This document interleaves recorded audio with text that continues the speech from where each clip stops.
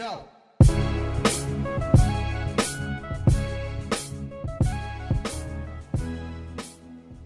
Welcome to the PRCA's Fuse podcast for the stories behind the great storytellers of our time, people with a passion for communications, hosted by myself, Farzana Baduel, speaking every fortnight to trailblazers in and around our industry. Our special guest today is Daisy Pack. Welcome. Thank you so much, Farzana. It's lovely to be here. Now, Daisy, I'm just going to share with our listeners a little bit about your impressive bio. Now, Daisy, driving positive transformation through a combination of empathy and commercial intelligence. She is the managing director of Hunter UK. Daisy Pack has represented some of the world's most famous brands over a career spanning more than 2 decades. Expert in insight-led creative campaigns which earn attention. Daisy has delivered award-winning work for a combination of mainstream, premium, and luxury brands. Daisy, I'm so thrilled that you're with us today. Oh, thank you for that introduction, Farzana. It's super to be here. So I wanted to start off with just understanding a little bit about what is the typical day in Daisy's life. Absolutely. Well, I'd say that I'm not naturally a sporty person, Farzana, but I am absolutely someone that needs to sort of exercise first thing for the endorphins and for the mental health benefits. So, I tend to be sort of up and in the pool at 6 a.m. or going for a run. And interestingly, this is a habit that my first agency boss instilled in me back in the day. She funnily enough, hired an ex-SAS guy. This was long before British military fitness was even a thing, to take us running along the river. And we even entered a work team into the Great North Run, which was an incredible experience. But I have got to say, I haven't managed a half marathon since then, but I absolutely love doing park run and make sure I'm running sort of 5K or swimming sort of 35 laps every other day. But then it's sort of into the shower, and I'm definitely one who sort of subscribes to that shower effect. I tend to do my best creative thinking sort of after a good night's sleep and after a bit of exercise in the shower. My poor husband gets terribly frustrated that I'm quite often in there sort of writing notes on my phone when sort of inspiration strikes and he wants to get into the bathroom. And then, I guess it's sort of 7:30. It's off on the train to London or perhaps walking my youngest to school. But very much like to kind of kickstart the work week with a priorities catch up with the team. We're working kind of a hybrid schedule at the moment, 2 to 3 days in the office per week, but very much sort of believe strongly that real magic happens when we're all together and kind of building on each other's passions, which I believe comes easier in person. I'm definitely a morning person, so I tend to kind of power through work in the morning. So it might be writing pitch decks or plans or sort of crafting thought leadership, doing some prospecting or working on our growth strategy. And then sort of by about 2:00, the US wakes up, they come online. So my afternoons tend to fill up pretty quickly with meetings. We work very closely with our colleagues across the pond and, very lucky to have that centralised support and specialist skills of a team of 300 colleagues stateside.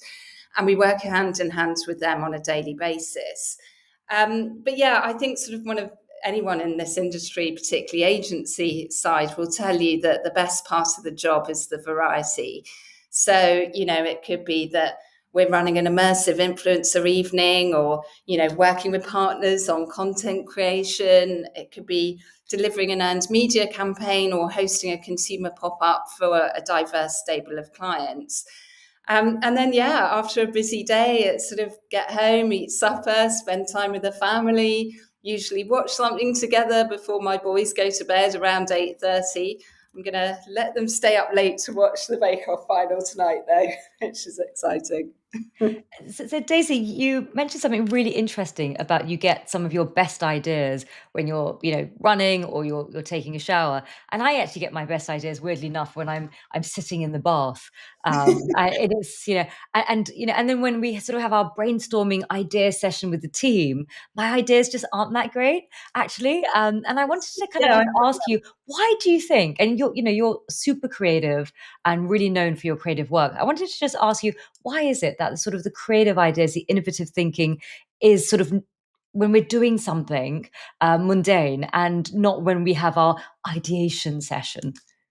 I think it's because we've switched off, and our I think when we're at work we're so busy, we're juggling so many different priorities, we've got so much going on in our heads, and actually you sort of need that moment to switch off, to take a moment for the ideas and inspiration to come.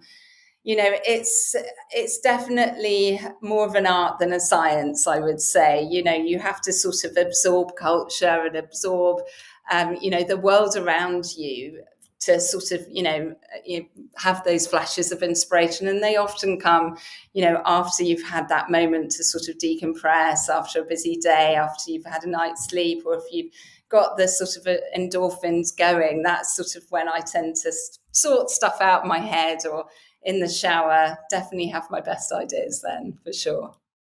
I totally agree. And the other thing you mentioned is you work quite a lot with the US. And I wanted to just understand a little bit from your perspective is how do you think the culture in the US and Americans are different than us Brits? Because I go to the US quite a lot. I love America and I love working with Americans. I love their energy, that sort of optimism and positivity and so forth. And people often think, oh, actually, we speak the same language and there's so many similar cultural references that and they go to the US working out there thinking it's going to be pretty much the same as the UK. And actually, they are quite different.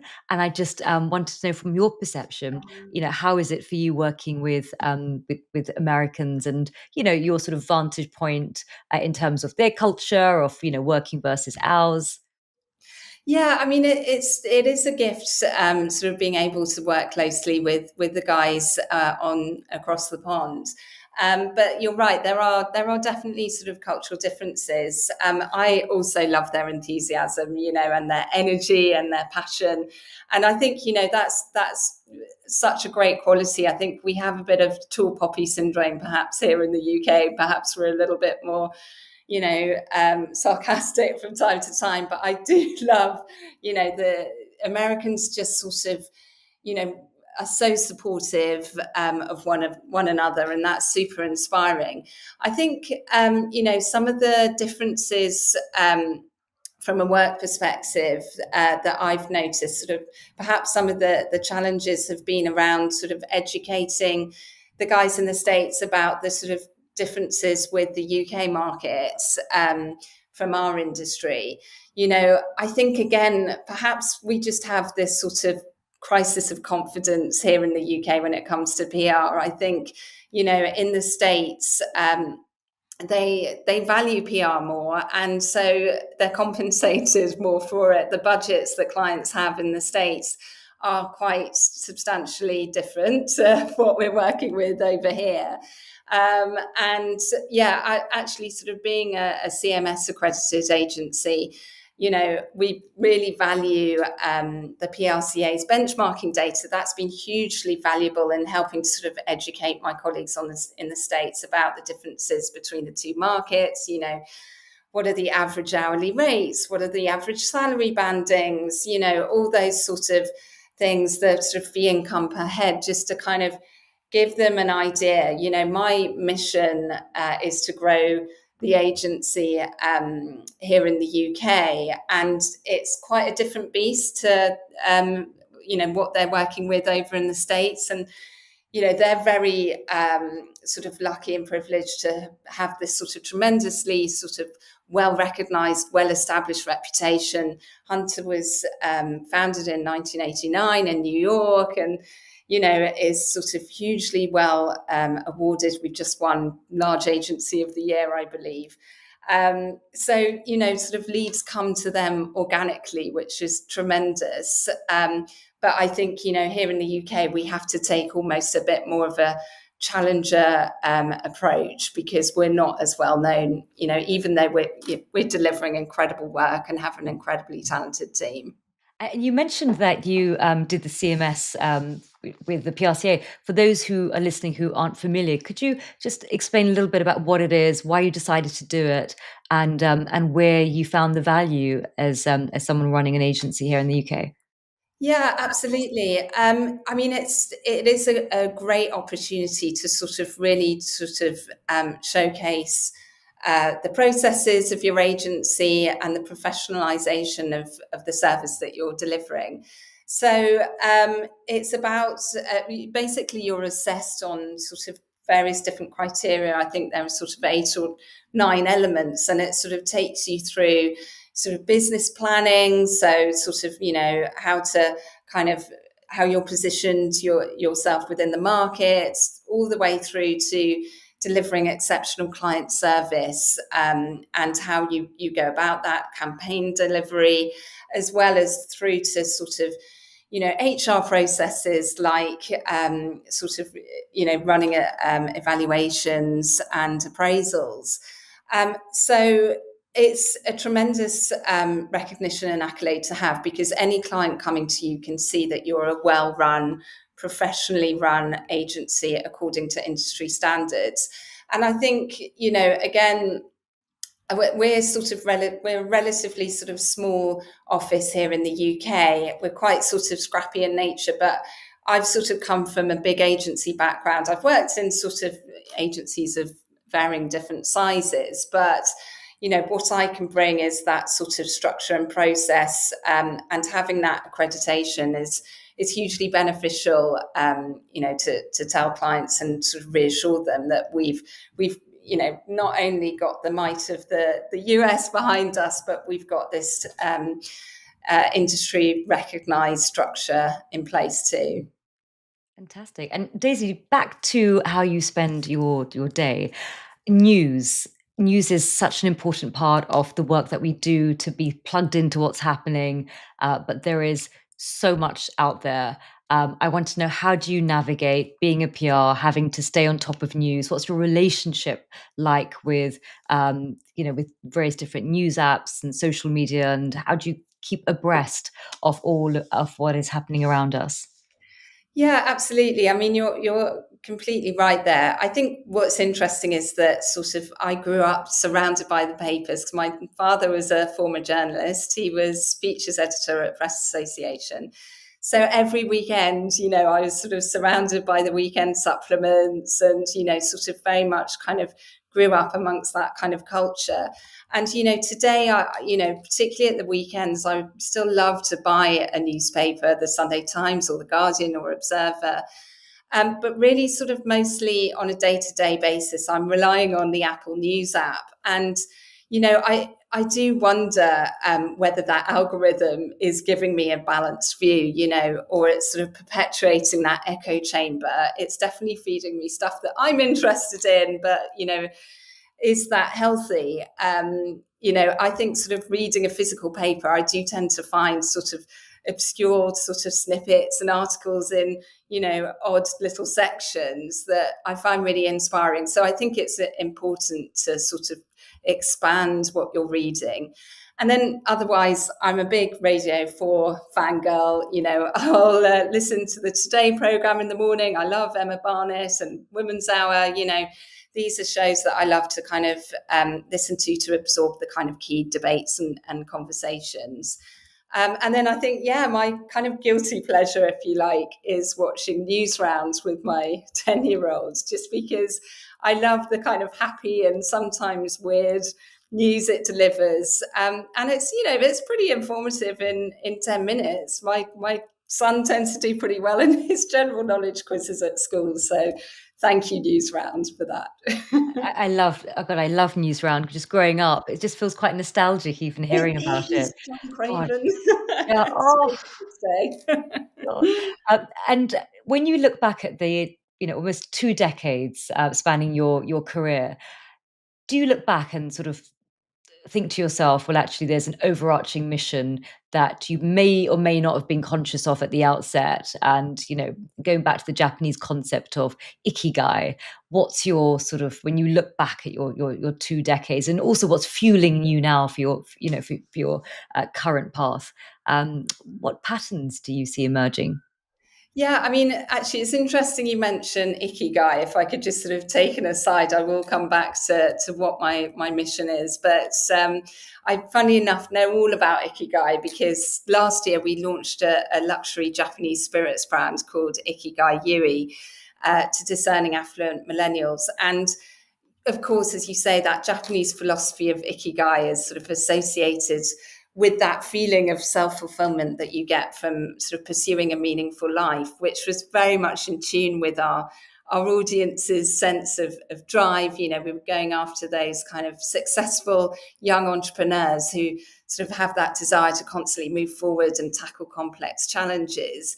And then the Yui part of the brand name, we've discovered actually literally translates as tying threads together. So we delivered this creative platform that really sort of showed how Ikigai Yui brings that sense of connection with others, with nature, and with yourself. And yeah, it was great fun. We launched the brand at one of London's hottest new bar openings, Soda and Friends, knowing that our audience really craves connoisseurship, and had a tremendous evening of tastings, food pairings, and education around the little known Japanese spirit category of Awamori. But I digress. I'm conscious of that. Sorry. When it comes to my own ikigai, I think it's quite simple, really. It's to deliver work that matters. Impactful quality campaigns which really provoke thought and inspire consumers to act and feel something. Just to briefly give another quick example, recently we opened up conversation around miscarriage during Baby Loss Awareness Week. This was last month, actually. And, I was really shocked to learn that a quarter of all pregnancies fail to go full term, which is terribly sad, particularly as many of those women are sort of suffering in silence. There's this real kind of silent grief around it. It's swept under the carpet. And our client actually, after experiencing her own pregnancy loss, created her own brand, Little Santi Designs, which is a beautiful line of rings to commemorate lost babies. So, that piece of work, our campaign was really to encourage those who had suffered miscarriage to share their stories if they were comfortable to, in that effort to kind of validate the emotions that you feel when losing a pregnancy at any stage, rather than sort of sweeping them under the carpet. But yeah, I think sort of you asked about my ikigai or purpose, sort of more sort of looking towards the future. And I guess, it sort of wraps up in my role, which is to grow the business here in the UK. And it is quite a unique position. I sort of mentioned earlier that we were founded in the 80s. We're almost like an established startup. We've got this sort of might of a recognised and awarded US agency and all the skills that it offers. We have specialist teams delivering insights and strategy, content production, and social and digital. But we've also got this highly talented and experienced UK team, but we're less well known, but still delivering this incredible work and service. So yeah, I guess my mission is to expand. Like our London office here was opened nearly 10 years ago in 2015, on the request, interestingly, of a long-standing client, Tabasco. So I need to sort of grow beyond this wonderful anchor client of Tabasco, but it's about getting our name out there in the local markets. I very much believe that the best way to do that is through our work. It should speak for itself. And really, that's what brings me most career satisfaction. It's that simple, really. It's delivering that great work and, tremendous service to clients as partners. And if we can make a difference at the same time, then all the better. But yeah, I guess it's sort of offering clients the best of both worlds, that sort of knowledge, agility, and service of a boutique, but with the muscle of a kind of 300-person strong multidisciplinary agency across the pond. That's Brilliant. And what a brilliant client to launch with, Tabasco. I love Tabasco. I'd put it on my toothbrush if I could. I put it on everything. It's embarrassing. I remember when I was pregnant, I just had a craving for it. So I'd carry a little bottle in my bag with me. So wherever I'd go, I sort of use it. Yes. And they've got all these different ones now. They've got like a green So, one. I was actually shopping the other day and I saw this whole range beyond the sort of the original, but let's not get Tabasco mad here.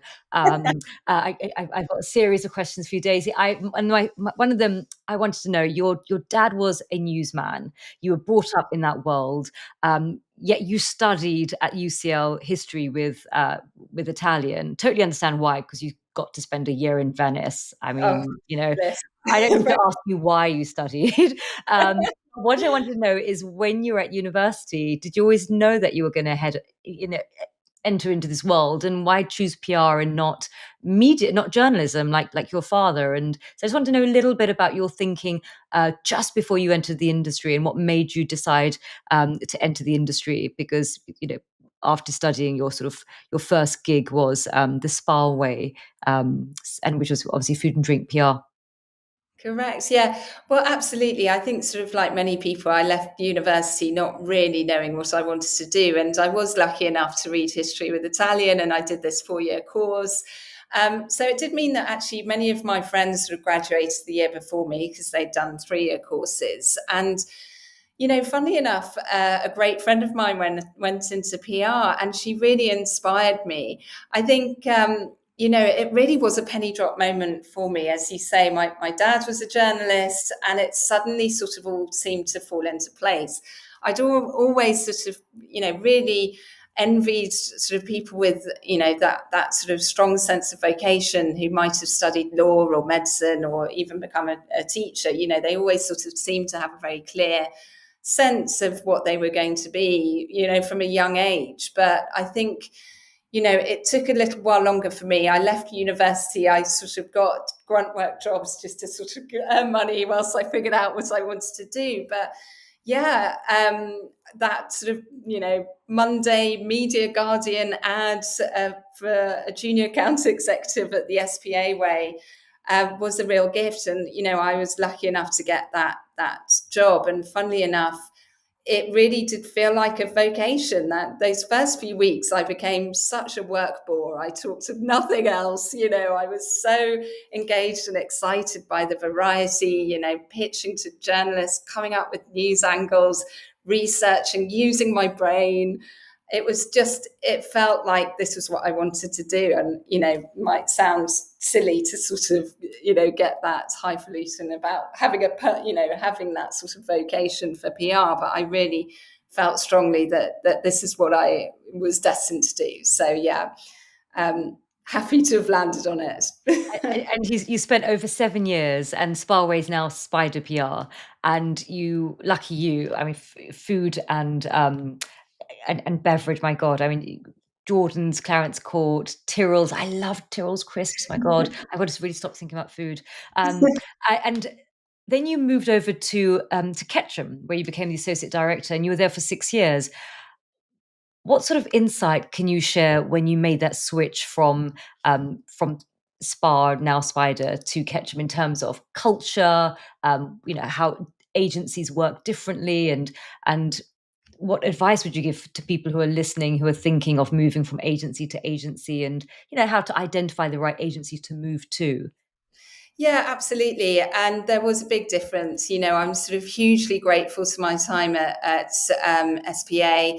It taught me a lot. I think sort of the three key things were that sort of grounding in traditional media relations, building up my little black book of contacts, but importantly, instilling that sort of entrepreneurial spirit and that passion for the food and drink sector. So, yeah, as I said, sort of managed to build that food and drink specialism, which was amazing. But yeah, after 7 years, hugely grateful to the CEO and founder of SPA, who sort of really saw a quality in me and sort of supported me. And I feel like she has sort of similar qualities to Hunter's CEO, Grace Leong, in terms of that kind of charisma and gravitas, as well as recognizing and supporting talent. But I think it was inevitable that after 7 years, it was a mid-sized agency, SPA. It was 15 people when I joined, 30 by the time I left. I wanted to spread my wings and experience like a big global networked agency. So, I joined the food and drink team. And I think one of the first differences was working on mass market brands with bigger budgets. So I immediately expanded my skill set beyond traditional media relations. And bearing in mind, this is still sort of early doors, but we even did a content series, which I think we called Webisodes back in the day for Dolmio, and did some incredible sort of bigger kind of integrated campaigns. For example, for Seeds of Change, we ran the Dig Your Dinner campaign, which was recognised by the King, then Prince Charles, which is all about encouraging people to grow their own.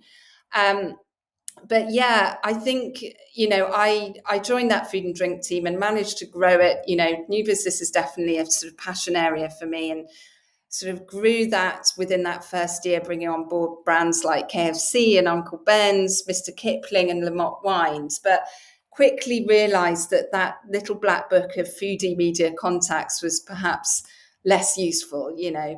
Observer Food Monthly not as interested in Uncle Ben's as Chat Magazine might be, for example.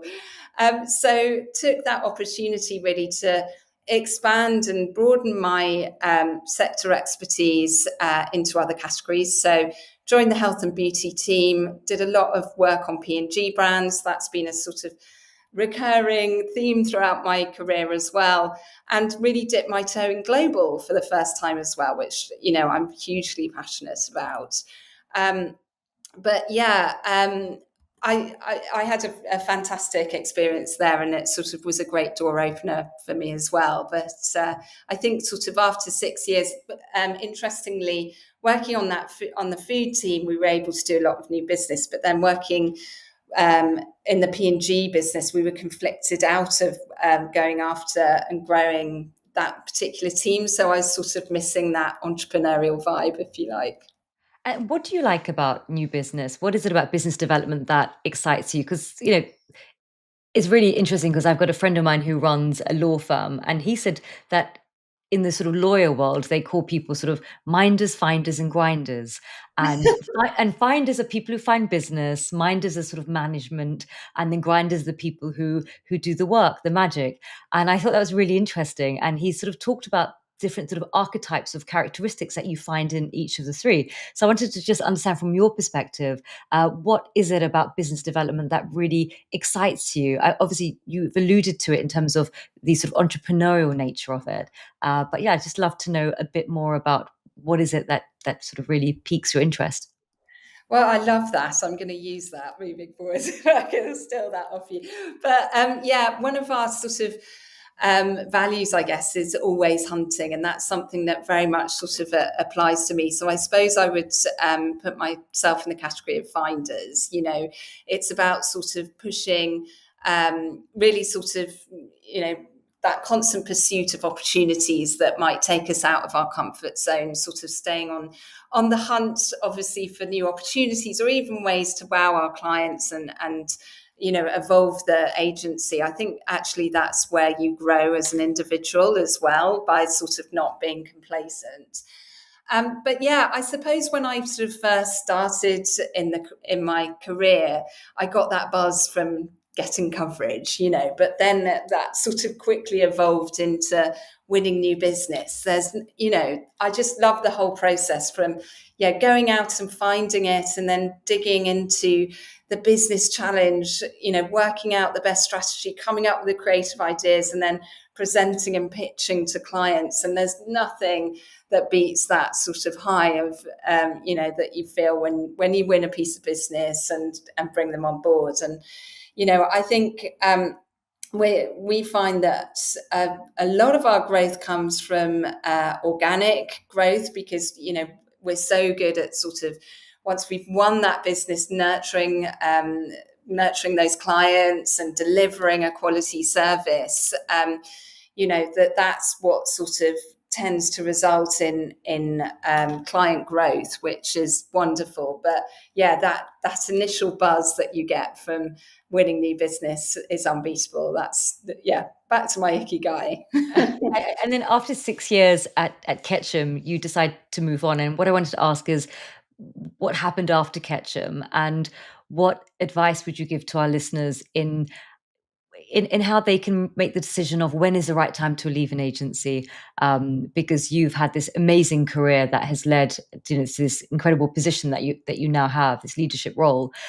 How did you sort of chart your sort of career? Because some people sort of think to themselves, should I leave, should I stay, am I set in one category, like say F&B, and am I then being pigeonholed? So there's lots of questions that people sort of ask themselves as they are planning their career, and you've really played your career decisions really well. And I just wanted to sort of, looking back, if you could just share a little bit about your thinking.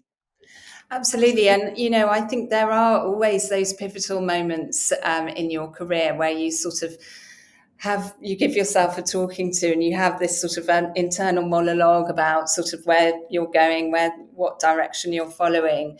And certainly, I've had those moments and would sort of, advise anyone to sort of, think carefully, but really sort of listen to, what that inner monologue is saying. I after Ketchum, as I said, I felt like I was sort of missing that cut and thrust of the new business challenge.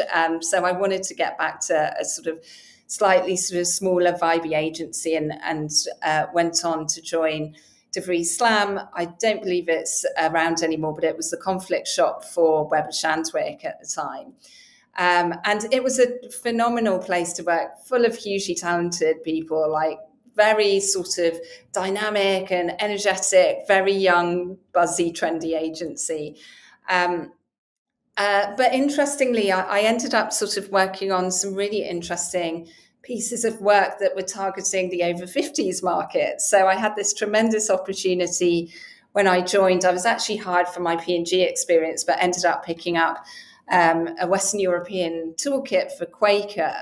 And off the success of that, we won the UK business, which was amazing. And we were even given this incredible opportunity to sort of lead the integrated team. So to being that kind of coordinating lead for all the different agency partners across the marketing mix, which was, quite forward thinking for PepsiCo, the brand owner at the time.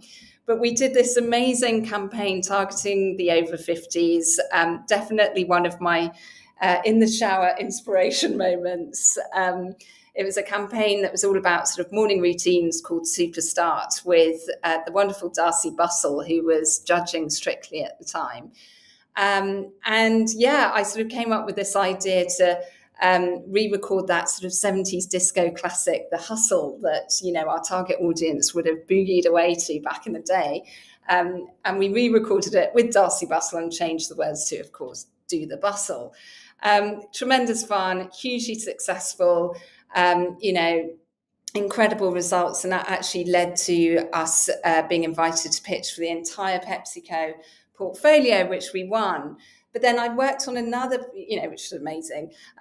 Also worked on another piece of business for P&G targeting the over 50s market on behalf of Pantene. And it was sort of encouraging, women over 50 to sort of buck conventions and actually grow their hair long.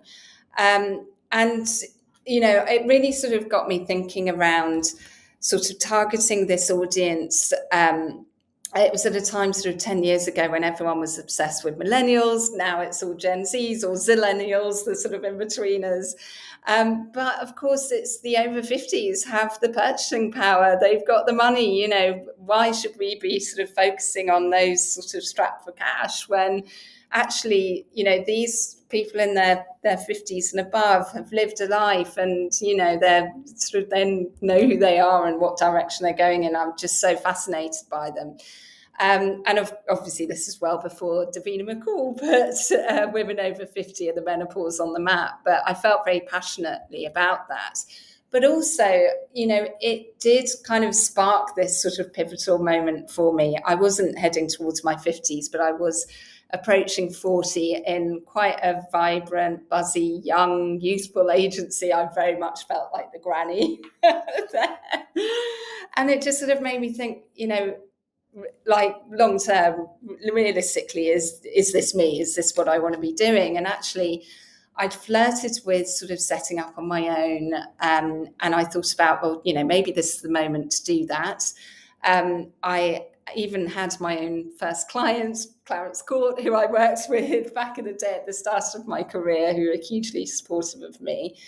But I guess, that lack of certainty was something that, I didn't love. And this tremendous opportunity to go and join Citizen Relations, which was, an agency that I'd long admired, came about to join their food team.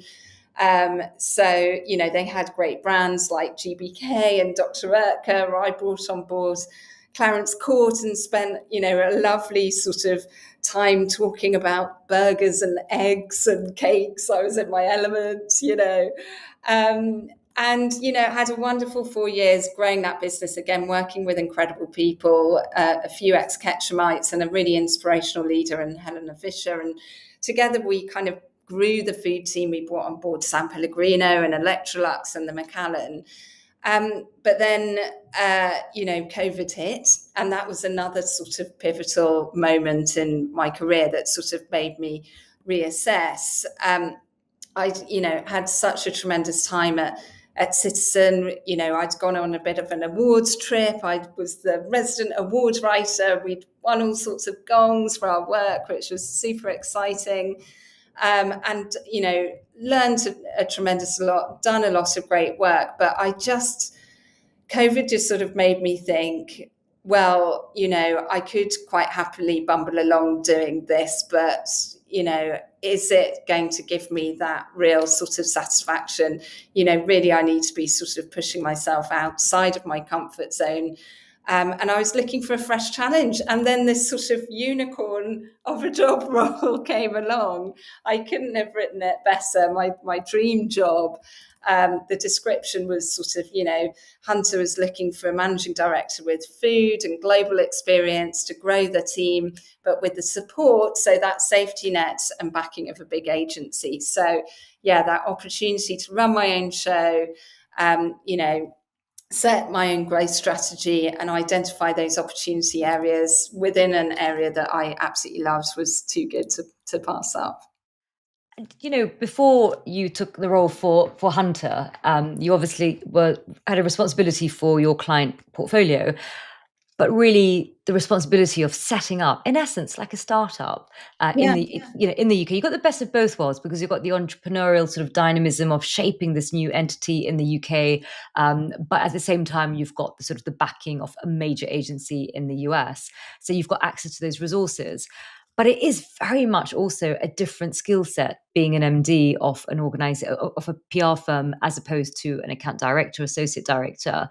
What sort of skills, looking back, do you feel were really critical for you to have made that transition into being an MD for a Hunter and get the success that you've achieved?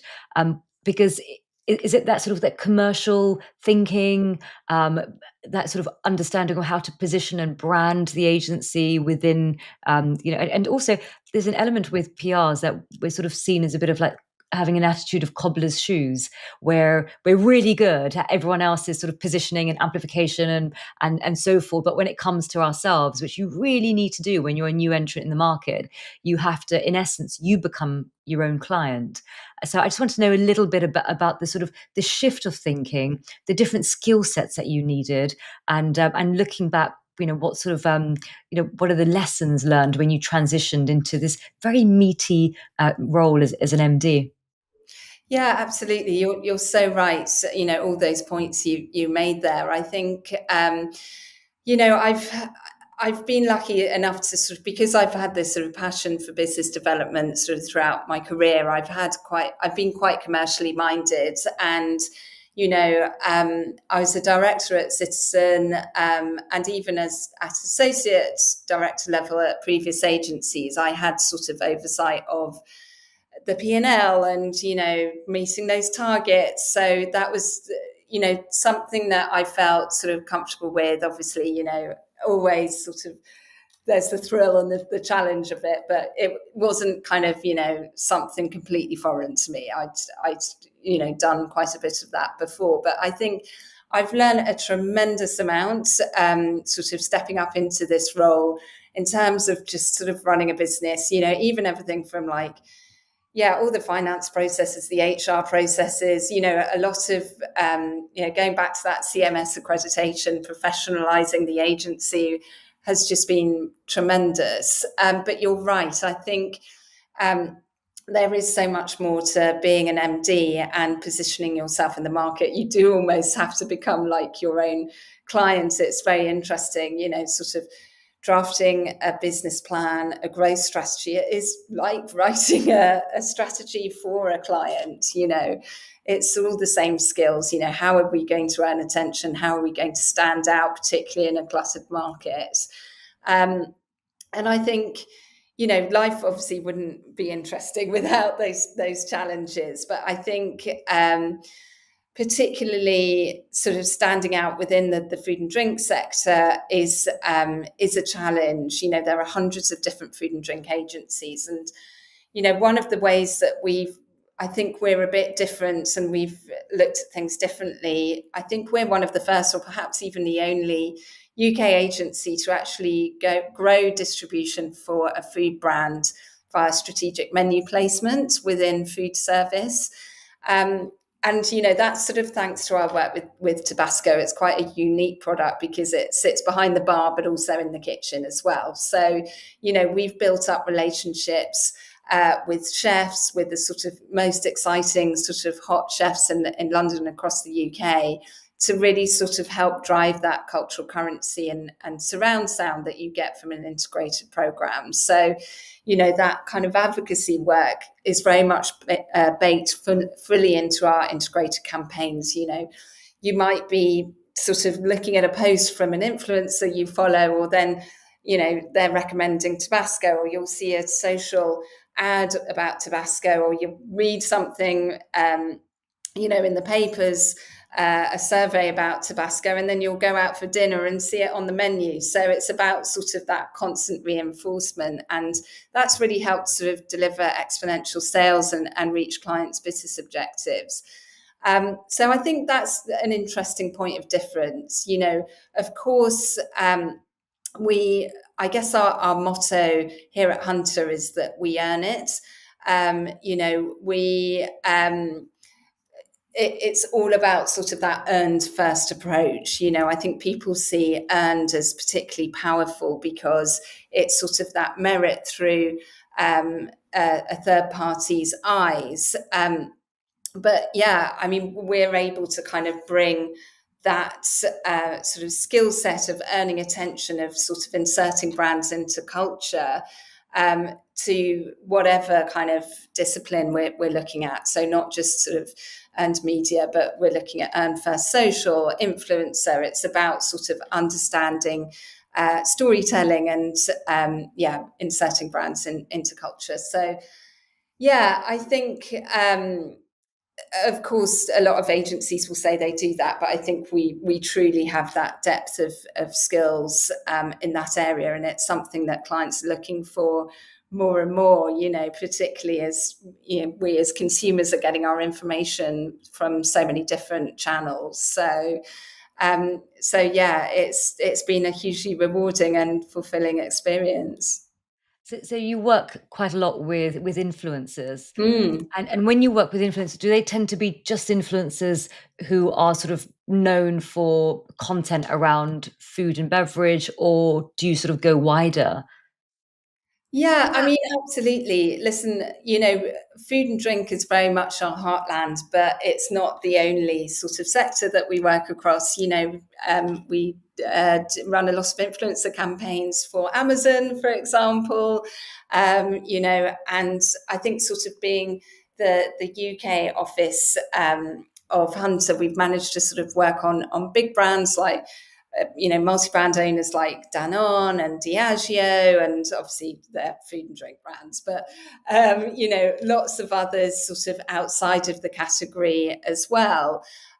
So yeah, of course we do work with a lot of food and drink influencers, but yeah, we work with interiors influencers or parenting influencers. I think the beauty of food and drink is that it's such a leveler, and it sort of spans everyone's daily lives. So you can kind of insert it authentically into any sort of influencer's feed, and it doesn't necessarily have to be that sort of core specialism. I think sort of actually what is interesting around influencer marketing, Hunter recently ran some research into different sources of influence. And interestingly, it found that, obviously not surprising, word of mouth through friends and family sort of remains that greatest sort of source of persuasion. But funnily enough, the younger cohorts, so the Gen Zs and the Gen Alphas, they almost now perceive influencers that they follow to be their friends. So, if they follow someone who they particularly admire, or who says or posts items that really resonate and connects with them on that deep level, that really chimes with how they perceive themselves to be, they almost sort of see those figures as their friends, or at least as influential as their friends. And I think, this is quite an interesting shift, and really kind of shows the importance of influencer marketing, particularly when it comes to inserting brands naturally into the feeds of those individuals, whatever kind of, their particular sector or angle might be. That's so interesting. I remember a few years ago, my daughter was following a California-based influencer who has these rabbits, and she bought a rabbit pram. And my daughter was like, "I want to buy that rabbit pram." And I said, "Yes, but do some research, come up with 3 to 5 options, do the pros and cons, and then give me what your sort of valuation is." She looked at me. She said, "No, I want that rabbit pram that she is advocating." And I said, "But Isabella, you know." You need to go and have a bit of a wider sort of research.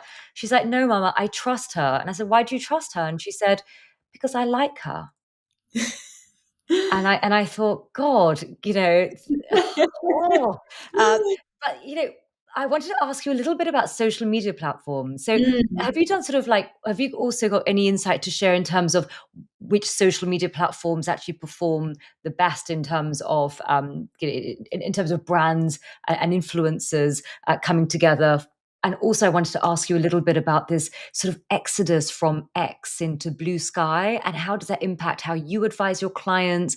Because social media, my God, it's just constantly, the goalposts are moving and changing, and it's so fascinating, how some platforms have, I don't know, more male than female, others are sort of more lifestyle. If you post, I don't know, on LinkedIn, the same thing that you'd post on Facebook, you could get cancelled. There's all these rules around all these different platforms. So I want to just understand from your perception about these different platforms, and just to give us a little bit of insight, because you obviously have such an incredible vantage point.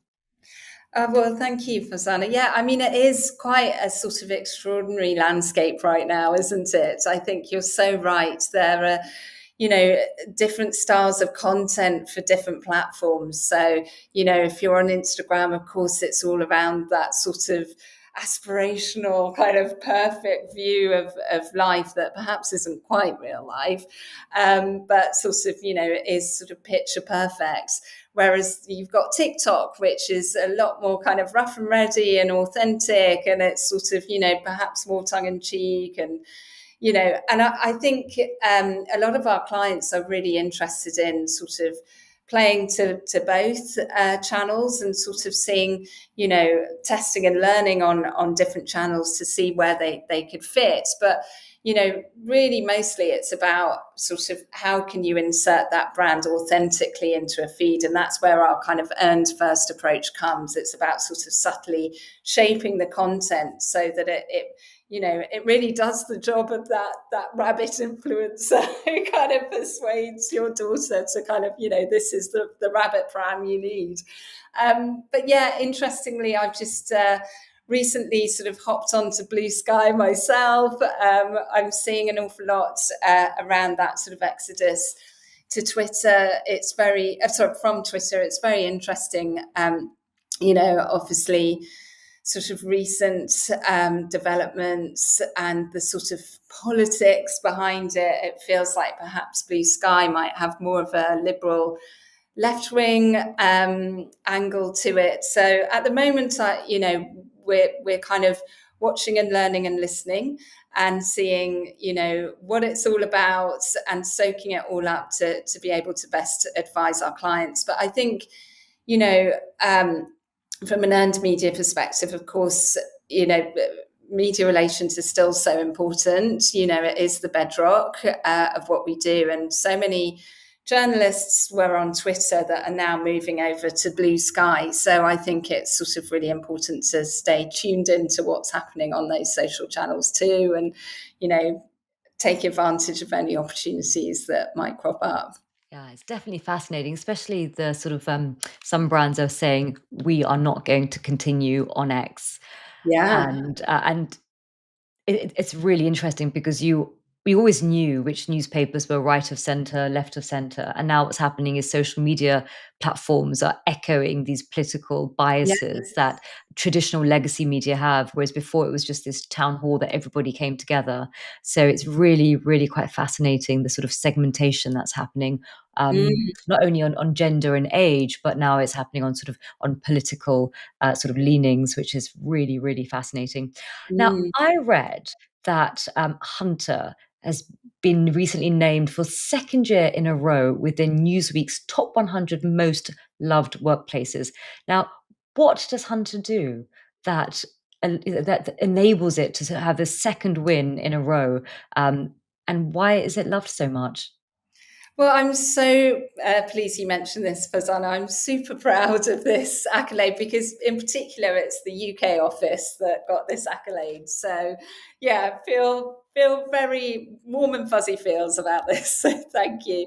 I think interestingly, it's very much about sort of our values based way of working. And, over the course of my career, I've worked at kind of 5 or 6 different agencies, both big and small. But what really stands out about Hunter is how staff genuinely, truly do live by its values. They're woven into everything we do. We even evaluate staff's performance and at their annual appraisals based on how they are showing these values. I mentioned always hunting being one of them that's sort of particularly relevant for me in my role. It's about sort of that kind of constant pursuit of opportunities. Better Together is another one, again, that I've sort of talked about, having that kind of real magic when we're all in person and building on each other's passion and expertise.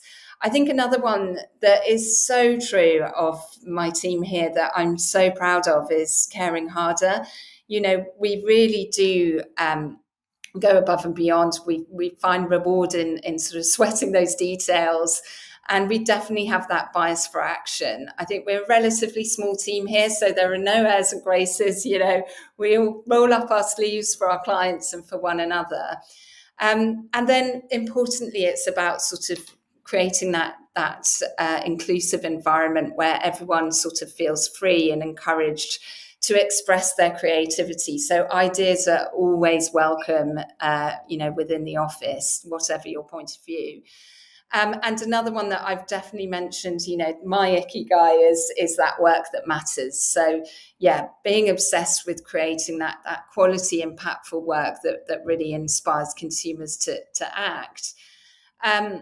And I think sort of apart from that, we're a very close-knit and supportive team. Every month here in the UK, we recognise and celebrate each other's work. We award a Hunter of the Month accolade to those that have sort of, demonstrated our values to achieve a stellar results. We have a culture club to encourage teams to get out and attend and report back on cultural experiences. And we have, very generous sort of benefits, things like 3 summer Fridays throughout the summer months. One Friday can be taken off during June, July, and August, on top of your normal holiday allocation. And apart from that, I think, I'm personally a believer in that kind of lifelong learning, that sort of growth coaching that will fuel the growth of our people, which will in turn fuel the growth of our business. So, everyone is given an educational stipend to spend on training. And I think, these are perhaps sort of some of the reasons, in surveys, the team always say that they feel they've got this strong connection to their colleagues and co-workers, and a great sense of pride working at Hunter. So, yeah, very happy to have won the Newsweek Awards twice in a row. Fantastic. Now, last question before we move on to our sort of quick fire round. I am not that familiar with the consumer space. I am more sort of government, development, and corporate, but I've always had this niggling feeling that consumer types have far more fun. And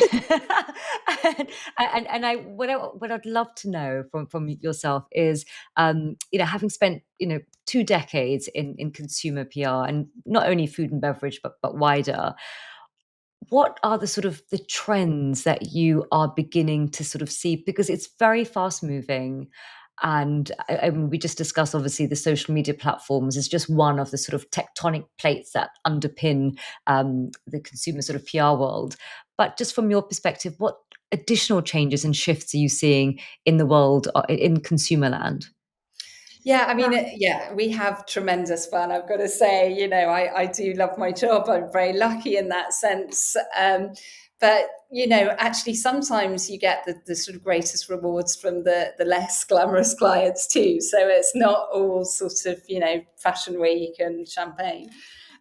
Um, but yeah, I mean, apart from that, you're absolutely right. The landscape has really sort of shifted over the last couple of decades. And I think, there has been this sort of intensifying fight for attention. The amount we check our phones, I think, has increased. It increases 30% year on year. So breaking through the noise and clutter has really become far more challenging as the years have gone on. And we're, in terms of sort of trends, as you say, we've seen this shift away from big institutions, from the sort of traditional media through to individuals, citizen journalism, UGC, that, influencer marketing, it's all viewed more than traditional media is today. And I think, equally, today's consumers have quite a sophisticated consideration set. They very much sort of use discovery as social currency. They're interested in a brand's backstory and its values and how it's contributing to society. Yet, sort of delivering on sort of some more of those ESG type goals, sustainability, climate change, that's become the baseline. And we are sort of seeing a bit of a shift there again, a bit of a backlash there. Really, brands just need to go above and beyond to stand out in this climate. So, our solution very much in the face of these challenges is, as I say, to sort of help brands show up in the cultural moments that matter to their audiences. We insert brands into those existing conversations, and we do that by sort of finding that intersection, if you like, between the brand's world. So if you can imagine a Venn diagram, you've got the brand world here and their communications objectives, the messages they want to deliver, with the real world. So yeah, what influencers are posting about, what cultural movements are gaining traction, what media and publishers are writing about. And it's this sort of intersection where brands can really engage authentically and with relevance. And this is something that we've done for our brands like Jonga Kimchi, making as much of a cultural sort of mark in the UK as in its homeland, or, it could be putting Tabasco on pizza with the weirdest flavor combinations possible, or even, something like for Amazon Kids Plus, sort of combating that demonization of screen time narrative by actually sort of showing through parenting influencers that, the subscription to Amazon Kids Plus delivers that enriching edutainment. and is beneficial for kids' development, enabling audiences to sort of banish that kind of inner guilt in favour of control. But yeah, it's certainly been an interesting one.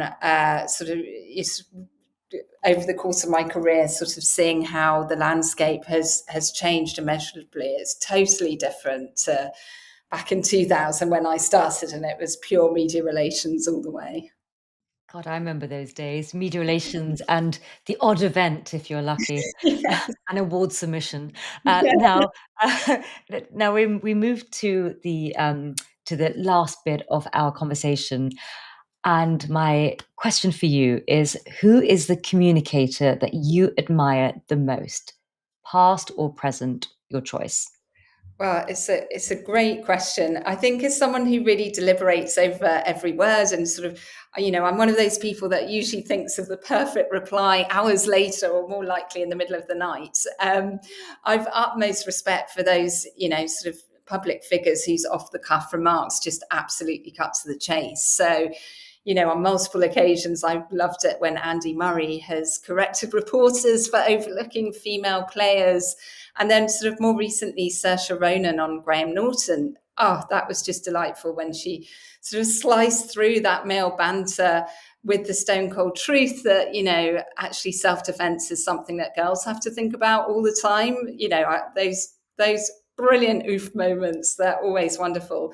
But I think, when it comes to those whose deliveries are clearly sort of carefully planned and executed, I think it's been really fascinating recently to sort of see public figures announcing health issues via personal video message. Obviously, the Princess of Wales comes to mind. She chose not to issue a release to the media, letting the world know about her chemotherapy treatment. And then, more recently, Davina McCall followed suit by taking to her socials to reveal that she was having a brain tumour removed. And I think that, this is so interesting that it's much more direct, it's much more emotional way of communicating, but perhaps another sign of the dwindling power of the press. But yeah, very much admire both women's communication styles, particularly how they use their kind of platform to campaign around the issues that matter to them. Kate obviously talking about sort of better mental health supports. And Davina, I mentioned her earlier, I think sort of debunking the mysteries of the menopause and raising awareness around the benefits of HRT and opening up that conversation. I think, from our own industry, I super admire people like Jo Carr, who sort of talked openly about this issue, about tackling symptoms in the workplace to drive greater understanding. And I'm conscious I've not given you one answer here, but I have one more person that I wanted to mention. I think just going back to that kind of quality that definitely Davina has, that I admire in the best communicators and entrepreneurs, which is that sort of relentless energy to get her message across. And I think that tenacity is something that you see in Stephen Bartlett as well. Whatever your views on him, I think his trajectory is just a masterclass in PR. As co-founder of what at the time was quite a relatively obscure social media marketing company, Social Chain, he very cleverly aligned himself with rock star CEOs, borrowing their equity through his immensely successful and prolific podcast, Diary of a CEO. And I think, actually, if you look at interviews with him, he consistently tells the same story, that sort of rags to riches narrative. He dropped out of uni. He had to steal frozen pizzas to survive whilst building his business. These are details that kind of pop up consistently in all his interviews. And I think that kind of repetition really reinforces the messages that he wants to get across, that sort of humble beginnings narrative and relatability. And I think another thing, he shows remarkable resilience and self-belief, which, makes me think of that Henry Ford quote about whether you think you can or you think you can't, you're probably right. And I think, that's another trait that successful entrepreneurs have. Oh, I can't hear you. You've lost the sound. But Bartlett has been so fascinating to watch. His incredible rise, and also what's been incredible to watch is the Times did a few sort of negative pieces on him, sort of pulling apart what he says and what in their opinion was the reality. And what's been incredible, it's just hasn't really affected No, the enthusiasm that people have. And again, it just shows sort of new media and legacy media and just the emotional resonance that he's able to build with his audience, that irrespective of a Times article saying, well, actually, his backstory may not be entirely as he's saying, and people are like, you know what, we don't care, we're still going to listen to him, we still like him, we're going to buy the products that he's plugging. And I think he also there was some issue with, I think, Huel the brand as yes, well. the um ASA and and because I think Zoe. he's, yeah, because I think he's got a percentage, or he's got some ownership there, but wasn't explicit when he was talking about Huel on his podcast. So, you've got these sort of scraps with legacy media and regulatory bodies, but yet does not dim his light. So No, that's really, really interesting that we have these characters emerging like Teflon. We have had in it's so politics Boris Johnson, Trump. It doesn't really matter what they do. It doesn't matter who, what authoritative figures and platforms sort of call them out. They just keep going like Duracell bunny rabbits. It's extraordinary. extraordinary. Extraordinary. Thinkers now, that's the next thing I want to ask. What thinkers have had the most impact on you? They could be authors, poets, philosophers, podcasts. Well, yeah, well, funny enough, I think I mentioned earlier, I love radio, particularly Radio 4, and I love podcasts too. I think because it's such an easy way to absorb knowledge and learn on the go. And I, personally will always listen to a podcast when, I'm out for a run or commuting into work. And every month I share a podcast I've been listening to with the team and encourage them to share their favourites too. I think audio is such a powerful medium, and one I definitely recommend to clients because it's so hugely personal and intimate. You really feel like you get to know and trust the presenter. I feel like I know you, Farzana, listening regularly to Fuse. Um, but yeah, I think anyone who knows me will know that for me, the OG of podcasts was the sadly no longer High Low with Pandora Sykes and Dolly Alderton. Do you know that one? Oh, just the dream. It was absolutely the perfect blend of pop culture, that perfect segment, Doll's polls devoted to the most ridiculous PR surveys. But, also that kind of other side to it, sort of, a lot of discussion around books and sort of more serious campaigns and conversations. And I think, what really came across was the friendship between the two women. And I think others have replicated that formula, whether it's Shameless or Miss Me, both excellent. I love How to Fail, of course, as well. But yeah, nothing quite touches the High Low. I wish they'd bring it back. Otherwise, for recommendations, I feel like I keep mentioning Davina, but I love Making the Cut, one that she does with her boyfriend, Michael Douglas, who is a hairstylist that I worked with on P&G brands back in the day. And then otherwise, I think for those sort of starting out in their careers, I would really recommend listening to When It Hits the Fan with Simon Lewis and David Yelland. It's such a great listen. So tends to focus more on issues management and corporate reputation, but absolute fascinating glimpse behind the curtain. I think other kind of work-focused podcasts, love Uncensored CMO, Gen Z on Gen Z, Stories and Strategies. And then, you mentioned books. Reading is sort of one of the great pleasures in my life and my favorite way to wind down. I'm lucky enough to have a fantastic group of intelligent female friends. We meet once a month for book group, and it's truly a tonic. Many of them are in the comms industry. We've all been through sort of highs and lows and support each other along the way. And so I'm super grateful to that network of wonderful women in my life. But yeah, in terms of workbooks, I've read Smart Brevity this year. I'd recommend that one. It's definitely an interesting one. And yeah, just lots of books for pleasure. The Bee Sting by Paul Murray, The List of Suspicious Things by Jenny Godfrey. But, perhaps I'm going off topic there a bit. Now, next question. What career advice would you give to your younger self?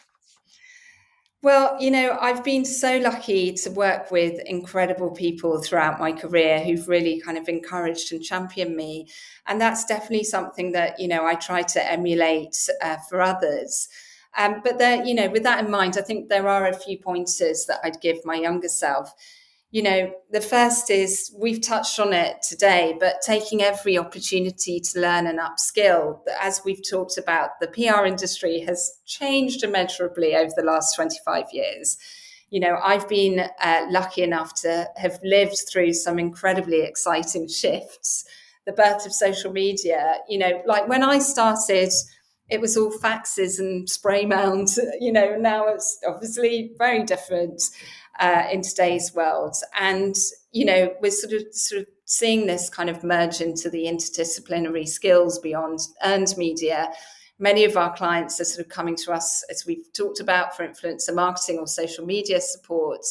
And, I think we are very well positioned to excel in these areas, understanding what makes a good story, how to earn attention, and sort of inserting brands into culture. But I think knowing what we know now, I would urge my younger self to sort of future-proof even further by upskilling in those areas.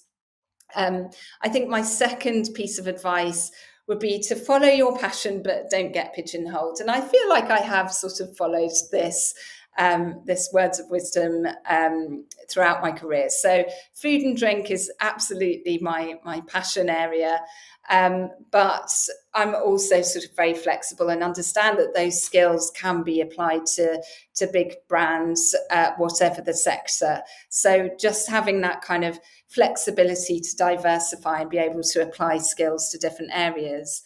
And then my final piece of advice, which I would give to anyone, which I think is a practical one but an important one, and that is at the end of each week to record your achievements and challenges. We work in such a fast-paced industry. We're always looking forwards. But it's important to sort of take a moment to capture what you've done, the achievements and the hurdles before they've left your mind for the next big thing. I think, the PR industry is notoriously bad at PRing themselves. But actually, if you've got that sort of record of all the great work you've done, then it's a really helpful reminder, for everything when it comes to appraisals or, even as a confidence booster to sort of combat the old imposter syndrome that we all suffer from. I wanted to ask you, apart from running and swimming and your sisterhood coming together every month and talking about books, what other mental health and well-being hacks can you share? I mean, I think, those are my big ones, but absolutely, I'm blessed with the most incredible family. So having family time with my husband and my two boys is just my idea of bliss. I'm super lucky. They're incredible. My eldest is 13. The youngest is about to turn 11. But, I think country walks, they always grumble, but we love them. Really got into walking during lockdown and COVID, and perhaps we're not doing quite so much of that. So we need to get out in the fresh air again. Board games. My eldest is big into chess, so I'm quite often at chess tournaments with him these days. But yeah, they're an absolute joy. And yeah, I'm very lucky. Brilliant. And Daisy, for listeners who would like to learn more about you, they want to reach out, how can they do so? Yes, please do reach out to me. I guess sort of LinkedIn is probably the easiest. It's just Daisy Pack. I'm easy to find, and yeah, very happy to chat. Brilliant. Thank you so much, Daisy. It's been such a fascinating conversation and sharing your journey with our community. I mean, 2 decades, so enriched. You've worked with multiple different agencies, and you've got this incredible gig now. Really, in a way, it's forging your own sort of agency within an agency in a new market. So it's been really insightful hearing about your journey. Thank you. Well, thank you so much, Farzana. I really appreciate this opportunity. It's been a delight. And may I also suggest for those who are interested in creativity, there's a wonderful piece in Creative Brief, if you Google Daisy Pack and Creative Brief, about the importance of breaks for creativity. And I found that a really interesting, insightful read. Now, thank you also for listening. You'll find this episode on the PRCA's YouTube channel and on Spotify and Apple Podcasts alongside other episodes. If you like what you hear, please do share so we can grow our community. And of course, if you have any feedback or topics you'd like us to cover or any other extraordinary storytellers, please do reach out and let us know. We publish interviews every 2 weeks, so do stay tuned as we have some inspiring stories in the pipeline.